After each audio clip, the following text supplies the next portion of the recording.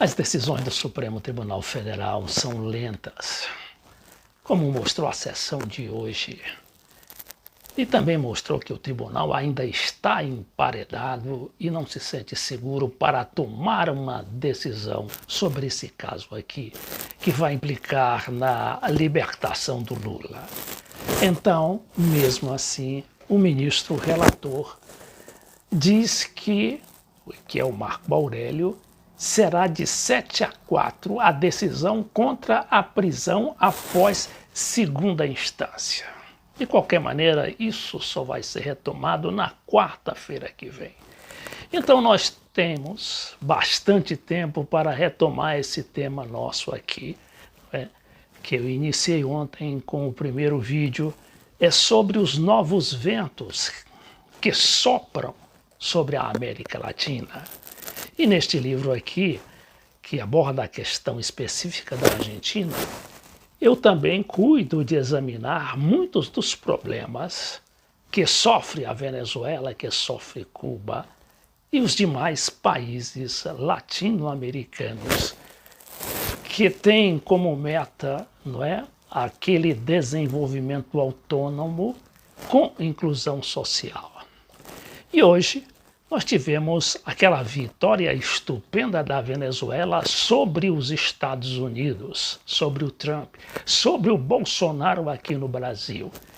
Tentaram tirar a Venezuela do Conselho de Direitos Humanos, mas a Assembleia Geral das Nações Unidas, considerada o parlamento do mundo, decidiu por 106 votos a 96 manter a Venezuela naquele conselho.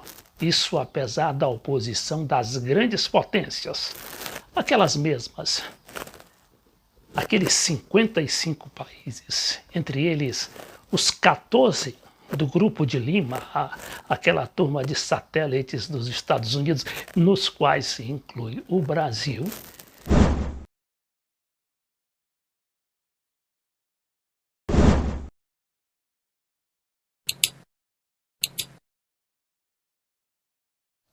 São aqueles mesmos países que reconheceram aquele Juan Guaidó como presidente fantoche indicado pelo Trump.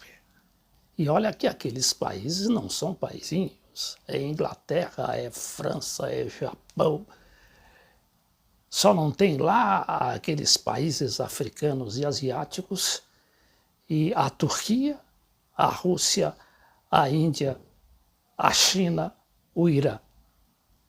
Então, o resto todo está contaminado pela política americana. Mas mesmo assim a Venezuela venceu.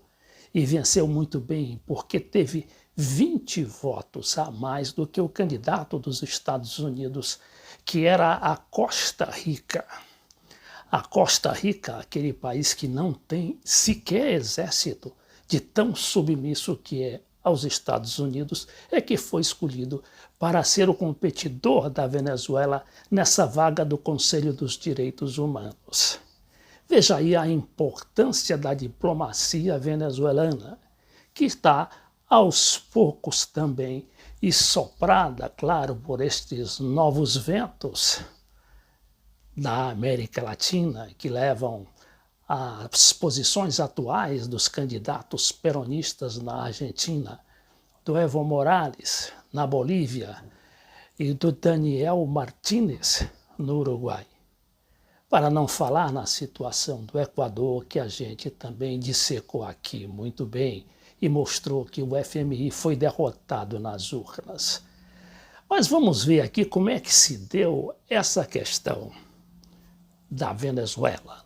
Não esqueçamos que o Brasil estava lá também. O Brasil foi eleito na segunda vaga que competia a América Latina nesse Conselho de Direitos Humanos da ONU, que é constituído de 14 membros. O Brasil, que não tinha oposição praticamente, teve 53 votos e tinha o apoio desses países todos. Claro, teve mais votos que a Venezuela. Mas vamos ver o que diz o chanceler Jorge Arreaza, o chanceler de Maduro lá na ONU, que falou na ONU durante aquela sessão histórica que deu aquela vitória estupenda para a Venezuela. Vejamos aqui as suas razões. Hoy venimos a informar y a celebrar una nueva victoria de la diplomacia bolivariana de paz. Más que brisas bolivarianas, hoy en la Asamblea General de las Naciones Unidas se sintieron vientos de la diplomacia bolivariana de paz. Então ele diz que mais que brisas são ventos de paz. Ele denomina a diplomacia venezuelana a diplomacia de paz contra o belicismo dos Estados Unidos, da Europa e daquele grupo latino-americano chamado Grupo de Lima, de 14 países satélites. Estamos nosotros ante una victoria que habrá que mesurar, que medir en el transcurso de los próximos días, pero que hoy nos atrevemos a calificar de histórica. ¿Por qué? Porque nos enfrentamos a una campaña feroz, brutal, de Estados Unidos, el gobierno de los Estados Unidos, nos referimos siempre, y sus países o gobiernos satélites y subordinados. Pero es que además no solo fueron las cancillerías de esos países activados, sino que se le sumó ese brazo que tiene también el imperialismo, que llaman organizaciones no gubernamentales de defensa de los derechos humanos.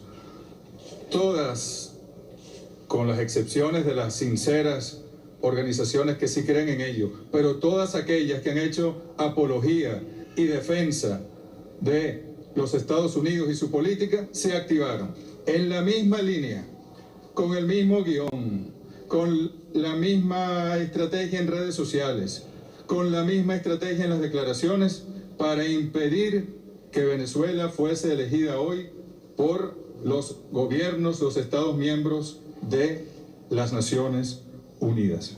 Esta denúncia do chanceler Jorge Arreaza, que é esse novo poder paralelo aos dos estados soberanos, dos estados institucionais, que são as ONG, organizações não governamentais. Como a gente sabe, estas ONGs, elas são patrocinadas diretamente ou pelo governo americano ou pelas suas grandes empresas.